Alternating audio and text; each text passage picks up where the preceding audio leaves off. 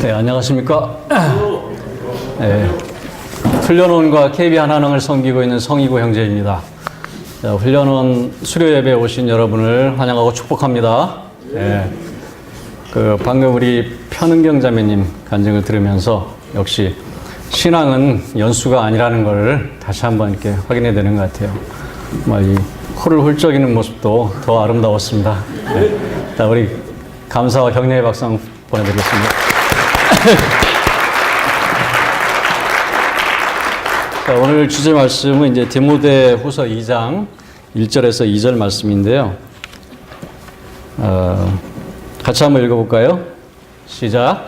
내 아들아, 그러므로 너는 그리스도 예수 안에 있는 은혜 가운데서 강하고 또 내가 많은 증인 앞에서 내게 들은 바를 충성된 사람들에게 부탁하라. 그들이 또 다른 사람들을 가르칠 수 있느니라.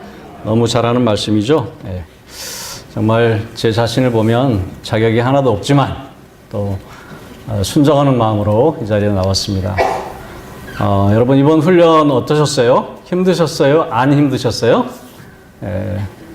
많이 힘들었다고 들었습니다. 지난주에 나눔과 감사의 시간을 갔는데 어떤 형제님이 훈련을 받으면서 이번 훈련이 무서운 특공 훈련이었다라는 그런 표현을 쓰더라고요. 이야, 그래서 얼마나 힘들었으면 그런 표현을 쓸까 이런 생각이 들더라고요. 훈련과 관련된 그런 재미있는 예화가 하나 있는데요. 지난번에 한번 했더니 반응이 좋더라고요. 여자들은 삶이 지치고 힘들 때 지갑에 있는 남편 사진을 보면서 이렇게 힘을 얻는다 그래요. 내가 이것도 사람 만들었는데 세상에 못할 일이 무엇이 있을까? 또 남자들도 삶이 지치고 힘들 때 이렇게 고백한다 그러죠? 내가 이 여자하고도 견뎠는데 세상에 못 견딜 일이 무엇이 있을까? 과거의 힘든 경험도 지나고 나면 삶을 살아가는데 힘이 되잖아요. 여러분 BTC 훈련도 힘들었다면 여러분이 사역을 하는 데 있어서 큰 힘이 될 줄 믿습니다. 내가 BTC 훈련도 견뎠는데 세상에 못 견딜 일이 무엇이 있을까 하면서 사역을 할 때, 순원을 섬길 때 그런 마음이 들지 않겠어요?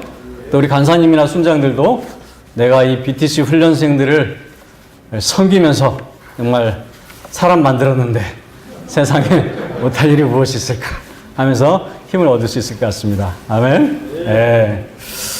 혹시 이번 훈련의 1등이 누군지 아세요? 다 같이 따라하겠습니다.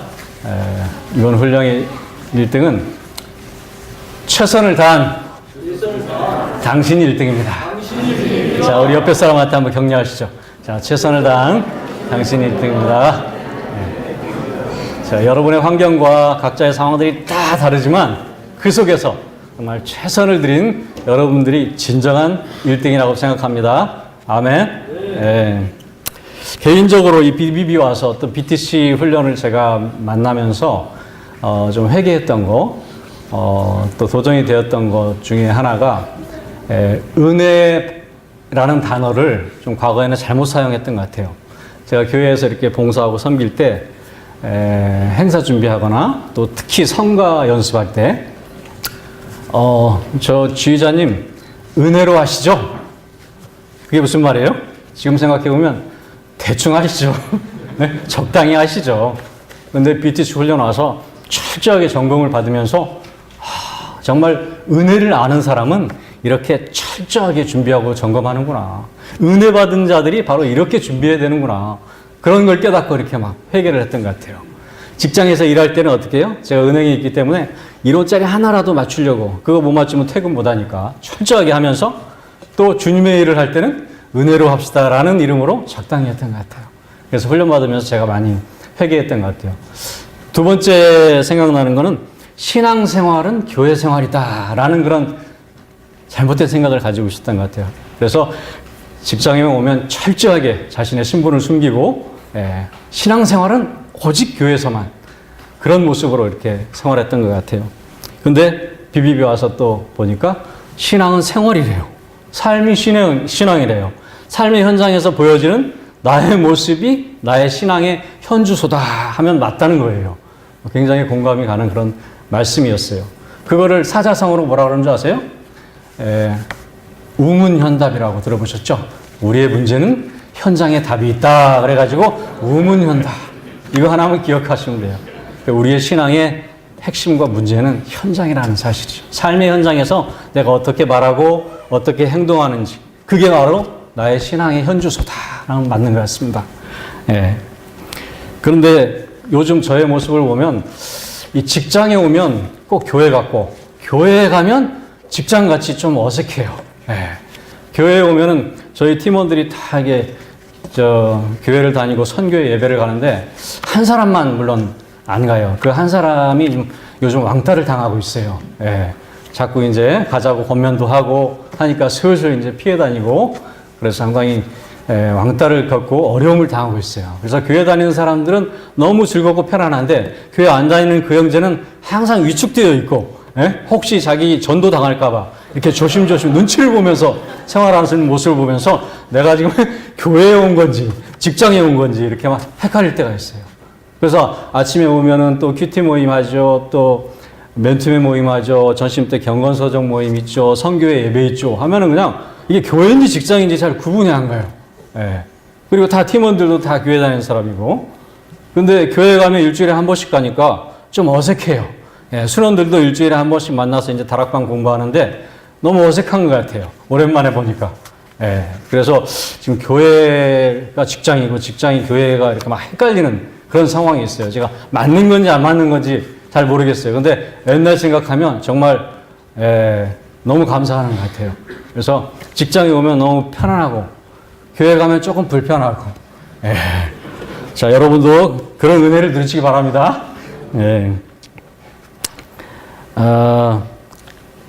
오늘 본문 말씀을 보면 너무 잘하는 말씀이죠. 이거는 정말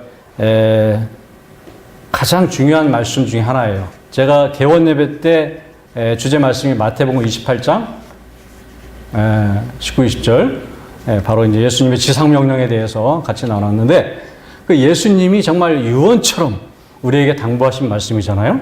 그런데 이 말씀은 사도 바울이 마지막 순간 로마 감옥에서 언제 죽을지 모르는 그 마지막 순간에 사랑하는 영적인 아들 디모데에게 쓴 편지에 가장 중요한 말씀이 아닌가 싶어요. 그래서 그 예수님이 정말 유언처럼 남긴 말씀이라면 또 이 사도 바울이 제자들, 가장 사랑하는 제자 디모데에게 유언처럼 정말 붙잡아야 될 말씀이 이 말씀이 아닌가, 저는 그런 생각이 들더라고요.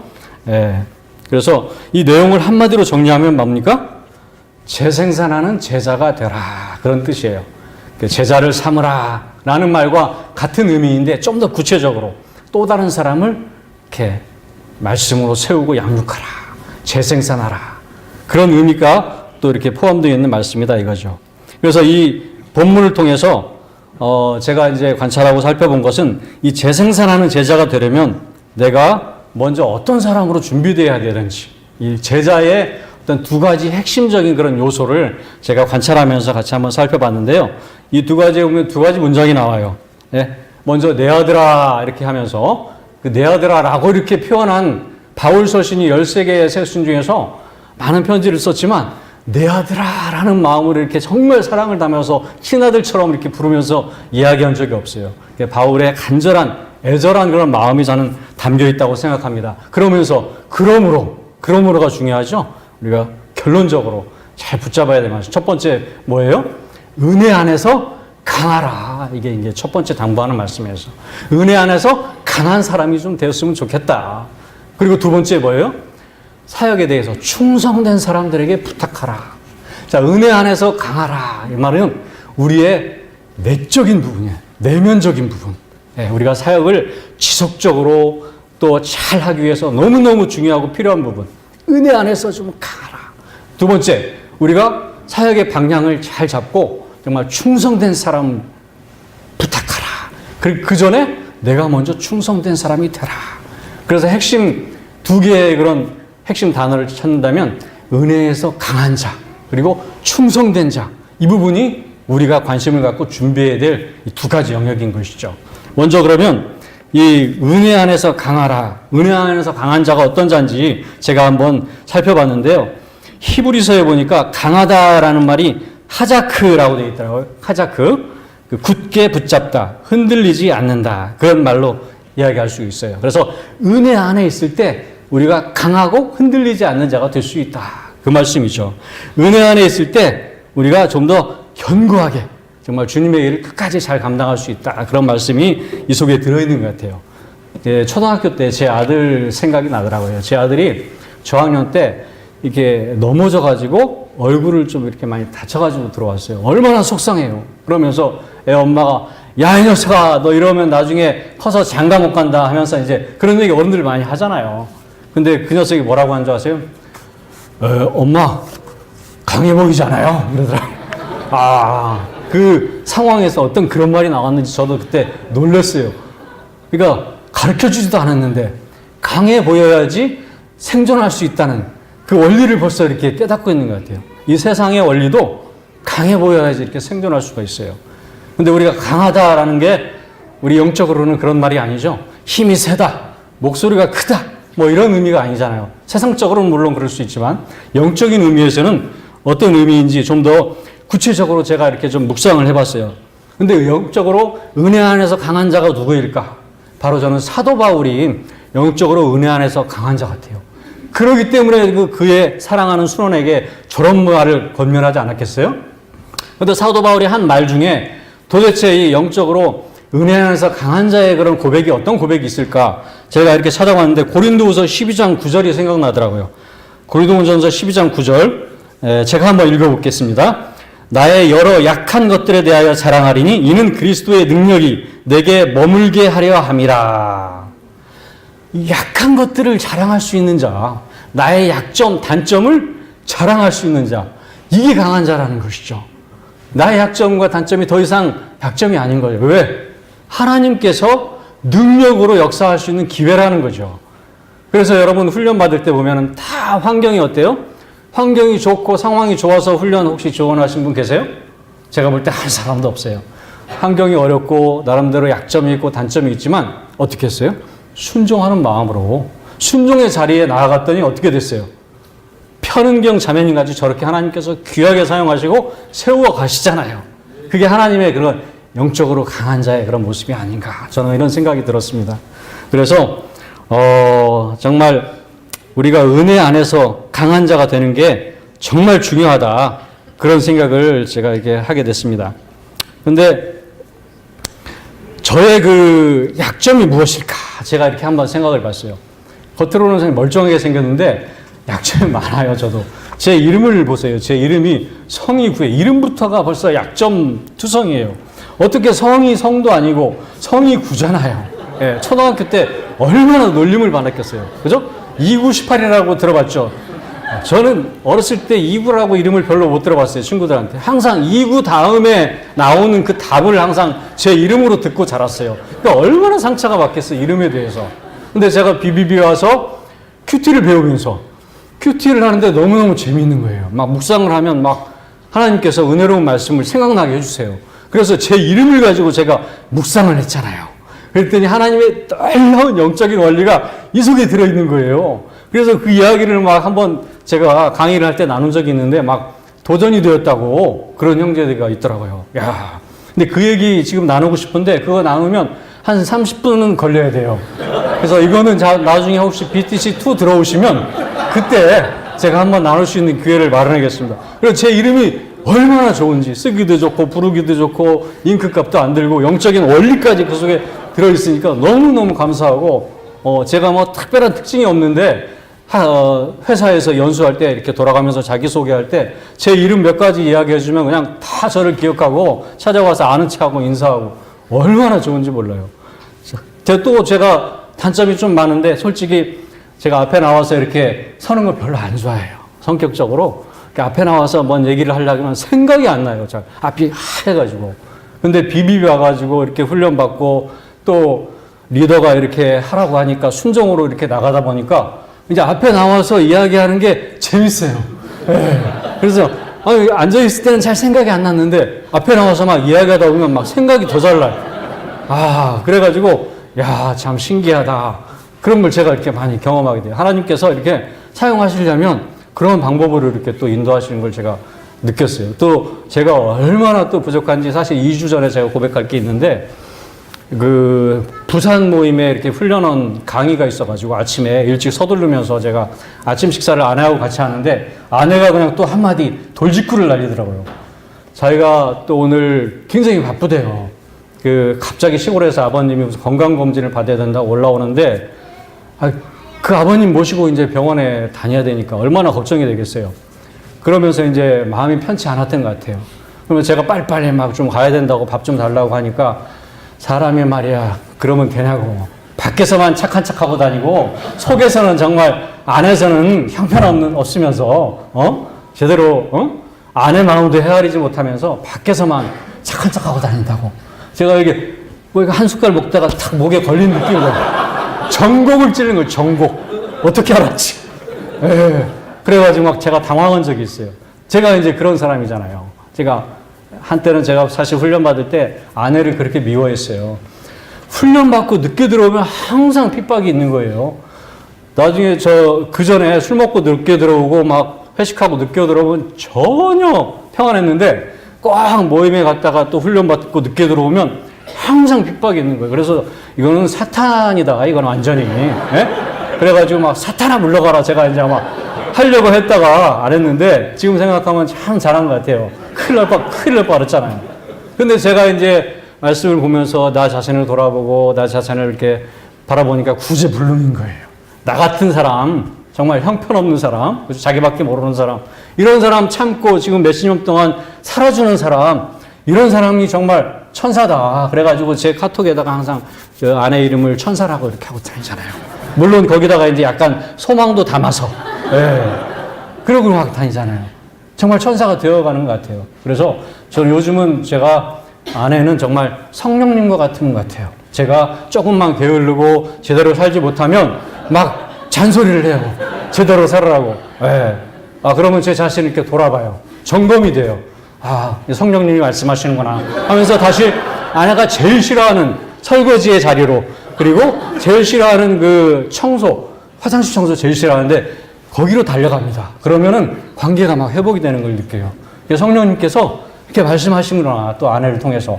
얼마나 감사한지 요즘 은혜 안에서 정말 가정에 가도 정말 은혜고 직장에 가도 정말 교회에 갔고 너무너무 감사하고 지나고 있습니다. 예. 하여튼 그런 은혜를 같이 누릴 수 있으면 바라겠습니다. 예. 지금 아내 얘기를 하다 보니까 제가 너무 흥분해가지고. 예. 근데 우리의 문제는 너무 강하다는 거예요, 사실. 솔직히 얘기하면 강하지도 않으면서 강한 척 하는 게 우리의 문제예요. 우리가 힘들고 어렵고 한 이유가 너무 강한 척을 하기 때문에. 속으로는 정말 연약한 부분이 많은데 내어놓지 못하고 내 힘으로 하려고 그러고 내 경험으로 사역하려고 그러고 그러니까 항상 넘어지고 어렵고 힘든 것 같아요. 제가 어떤 분이 참 우리 주위에 강한 사람일까? 제가 가장 가까이 있는 분들 중에 강한 사람이 훈련 간사님들. 저분들이 정말 은혜 안에서 강한 사람인 것 같아요. 제가 볼 때 훈련 전에는 맨날 빌빌거려요.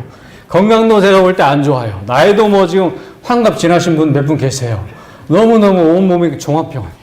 근데 훈련만 시작되면 그냥 눈이 빨짝빨짝 해가지고 훈련생만 보면 막 힘이 난대요. 에너지가 막 넘친다고 하더라고요. 점검할 때도 그냥 밤을 새면서 점검하고 막 그러잖아요. 그 힘이 어디서 나오는지. 정말 우리 간사님들 보면 정말 은혜 안에서 강한 자가 아닌가 저는 생각 들어요. 간사님들이 좋아하는 찬양이 뭔지 아세요? 예. 주님이 기억하시면 족하리. 이 찬양 좋아하는데 사실 뭐 저도 좋아하는데 예? 여러분 11주 동안 열심히 훈련시키고 떠나 보내려고 하는 오늘 같은 날 여러분 다 돌아가면 허전한 마음이 들어요. 그죠? 물론 그 중에 시원한 마음이 드는 간사님도 있을 거예요. 예? 예. 어떤 분인지 모르지만 근데 대부분이 허전하대요. 예. 그동안 동고동락하면서 사람 만들어 보려고 발을 동동 물리면서 점검하고 막 그랬잖아요. 근데 막상 떠나보려고 하니까 어때요? 너무 허전하죠. 그러면 이게 어떻게 합니까? 이 찬양 부른대요. 주님이 기억하시면 족하리. 이 찬양 부르면서 은혜를 얻고 힘을 얻고. 예? 저도 좋아하는 찬양인데요. 제가 정말 이 찬양을 우리 간사님들을 위해서 정말 불러드리고 싶은데 제가 부르면 여러분들이 너무 힘들어 할까봐 제가 가사만 지금 나누겠습니다. 이 가사가 뭐라고 하면 당신의 그 섬김이 천국에서 해같이 빛나리. 당신의 그 겸손이 천국에서 해같이 빛나리. 당신의 그 믿음이 천국에서 해같이 빛나리. 당신의 그 충성이 천국에서 해같이 빛나리.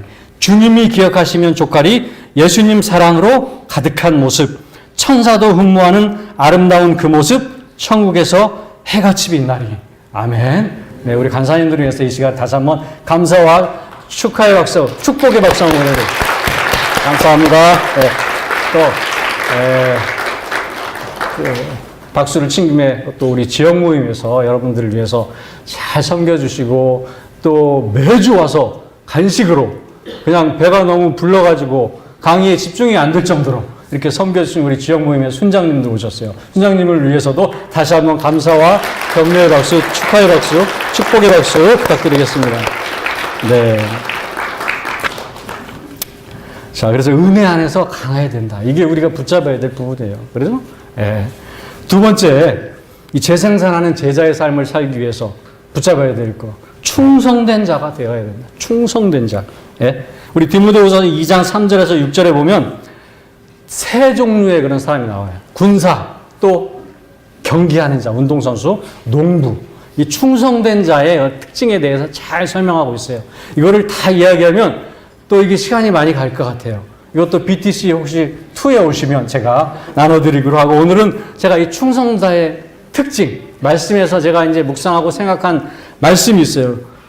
그 말씀이 이제 생각나는 말씀이 충성과 관련된 말씀이 생각나는데, 마태복음 25장에 보면 달란트 비유 있죠. 달란트 비유는 5달란트, 2달란트, 1달란트 이렇게 종들에게 나눠주고 어떻게 합니까? 몇 달란트를 남겼는지 이렇게 확인하자요. 그러면서 5달란트, 2달란트 남긴 사람한테는 칭찬을 해주고 1달란트를 가지고 그냥 묻어둔 사람한테는 책망을 하시잖아요. 근데 이 2달란트, 5달란트 남긴 사람에게 어떻게 칭찬하는지 제가 마태복음 25장 21절을 보니까 착하고 충성된 종아, 네가 적은 일에 충성하였음에 내가 많은 것을 내가 베풀이니 내 증인의 즐거움에 참여할지니라. 이게 23절에서 똑같은 말씀이 나와요. 5달란트 가진 사람이나 2달란트 가진 사람과 똑같은 표현으로 칭찬을 하고 있어요. 그러면서 여기서 주목할 게 적은 일에 충성됐다고 칭찬하는 거예요. 물론 1달란트보다 많이 받았긴 하지만 5달란트나 2달란트나 주님이 보실 때는 적은 일이에요. 적은 일에 충성을 했을 때 똑같이 이렇게 칭찬하는 걸 볼 수 있어요. 그래서 우리가 지금 붙잡아야 될 부분은 이 적은 일에 충성하는 거, 이거 중요한 것 같아요. 우리의 문제는 뭐예요? 큰 일, 큰 사역, 이런 걸 막 생각하잖아요. 근데 중요한 게 주님의 관심, 주님이 정말 집중해야 될 그 부분이 적은 일이에요. 오늘 보니까 우리 간사님들 미리 오셔가지고 또 의자 정리도 하고 밖에 눈이 오니까 막 눈도 이렇게 쓸고 소금도 뿌리고 눈에 보이지도 않잖아요. 그죠? 막 우리 구서주청장님 밖에서 주차 봉사 막 하시고, 예? 막 미끄러운데 차 올라오려는 거 올라오지 말라고 막 이렇게 막 부탁하고, 이게 보이지도 않는 그런 보이지 않는 자리에서 이렇게 적은 일에 충성은 이런 것들이 정말 충성된 자 아닙니까? 충성된 자. 그게 충성된 자다. 그래서 많은 사람들이 눈에 띄고 보이는 일은 열심히 하잖아요. 근데 보이지 않는 것, 남이 알아주지 않는 그거 충실하는 게 그게 좀 충성된 자의 그런 조건이라고 저는 생각합니다. 그래서 우리가 보면은 아프리카를 제게 주소서 막 그러잖아요. 그래서 민족 보고 막 세계 보고 막 외치잖아요. 훈련 받으면서. 우리의 가슴과 우리의 눈은 민족을 향하고 세계를 바라봐야 돼요. 그러나 우리의 손과 발은 내 옆에 있는 작은 자, 그거를 보고 섬길 수 있는 삶. 그게 바로 충성된 자라는 거죠. 그걸 놓치면 안 돼요. 그래서 여러분 작은 자가 누군지 아세요? 생각나는 작은 자 혹시 없어요? 작은 일. 여러분의 직장을 생각해 볼 때 그 작은 자가 어떤 사람이냐면 인간이라고 우리가 보통 불러요. 그 앞에 그가 붙어요. 그 인간. 나를 힘들게 하는 그 인간. 어쩌면 그 인간이 작은 자일지도 몰라요, 여러분. 나를 괴롭히는 사람. 그리고 세상적으로 좀 부족하지만, 세상적으로 이렇게 잘 나가지 않지만, 또 때로는 이렇게 상처와 아픔이 있는 사람. 주변에 보면, 주님의 눈으로 바라보면 얼마든지 그런 사람들이 있어요. 그런 사람들 먼저 다가가고, 먼저 그런 사람들을 위해서 붙잡아주고, 기도하고, 그 영혼에게 또 복음을 전하고, 기회가 되면. 그게 바로 이게 충성된 자예요. 네? 그게 너무 중요한 부분이죠. 네? 세상적으로 정말 못나고, 또 뭡니까? 왕따 당하고 뭐 이런 동료들 있잖아요. 왕따 당하고 못나고 생각하면 어쩌면 자기 자신일지도 몰라요. 그죠? 내 자신 같기도 해요. 그죠? 그러나 내가 그런 모습일지라도 그런 사람들 이렇게 품고 기도하는 사람, 그게 바로 충성된 자의 첫 번째 조건이라 이 말씀이죠. 예. 저희 팀에 생각나는 사람 한 사람 있잖아요. 다 교회 다니는데 한 사람 지금 왕따 당하고 있어요. 그 사람. 예. 얼마 전에 사실은 아침에 출근하니까 얼굴이 어두워 있더라고요. 그 팀원이. 그래가지고 무슨 일이 있냐고 솔직히 얘기하라고 그랬더니 이야기를 하더라고요. 사실은 전날에 술을 많이 먹고 집이 일산인데 택시 타고 가다가 글쎄 지갑도 뺏기고 이 핸드폰도 잃어버렸다는 거예요. 마포에서 이렇게 내린 기억이 난대요. 근데 뭐 카드로 이렇게 긁은 기억도 하나도 없고 찍힌 것도 없고, 근데 집에 와서 보니까 뭐 이렇게 카드도 없고 지갑도 없고, 마침 주머니에 뭐 이렇게 교통카드 하나 있었는데 그걸로 겨우 이렇게 마지막에 결제를 했다는데, 그러면서 막 경찰서에 또 막 전화하고 분실신고하고 막 힘들어 하더라고요. 또 아내가 그러면 어떠나 하고 막 걱정하고. 얼마나 불쌍한지. 술도 우리 부서에서 술도 잘 먹고 담배도 제일 잘 피는데 하여튼 얼마나 불쌍한 마음이 드는지 정말 내가 더 기도해야 되겠다 이 생각하면서 며칠 전에 기도하는데 눈물이 나더라고요. 불쌍해가지고.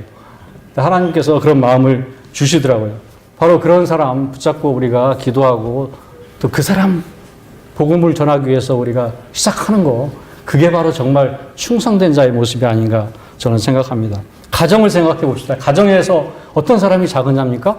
우리가 보통 그런 사람을 왼수라고 표현해요. 왼수. 전문 용어로 왼수. 나를 맨날 힘들게 하고 상처 주고 정말 속썩이고 또 공부도 안 하고 또 보기만 하면 하여간 나를 힘들게 하는 그 왼수. 한 분일 수도 있고 두 분일 수도 있고, 그분한테 여러분 잘해야 돼요. 그분 품고. 또 얼마 전에 우리 훈련생 간증하는데 그 배우자분이 그러려면 신학 때 나가지 그러냐 하면서 또 이렇게 막 조롱하고 핍박하고, 그 사람 품고 기도하는 거, 그게 이게 작은 자 섬기는 거 아니에요. 그거부터 시작해야 된다고 생각해요. 그게 너무너무 중요한 거예요. 가장 가까이에서 때로는 나를 어렵게 하고 힘들게 하는 그 사람이 작은 자다 이거죠. 주님은 그 사람들에게 한 것이 곧 주님께 한 것이라고 말씀하세요. 마태복음 25장 40절. 내 형제 중에 지극히 작은 자 하나에게 한 것이 곧 내게 한 것이래요. 그게 바로 주님께 한 것이래요. 우리가 이것을 정말 놓치면 안 되겠구나.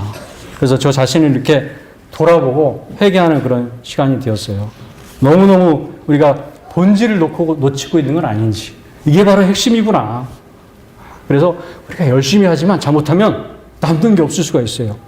잎만 무성한 나무가 될 수가 있어요. 이 중요한 걸 놓쳐버리면.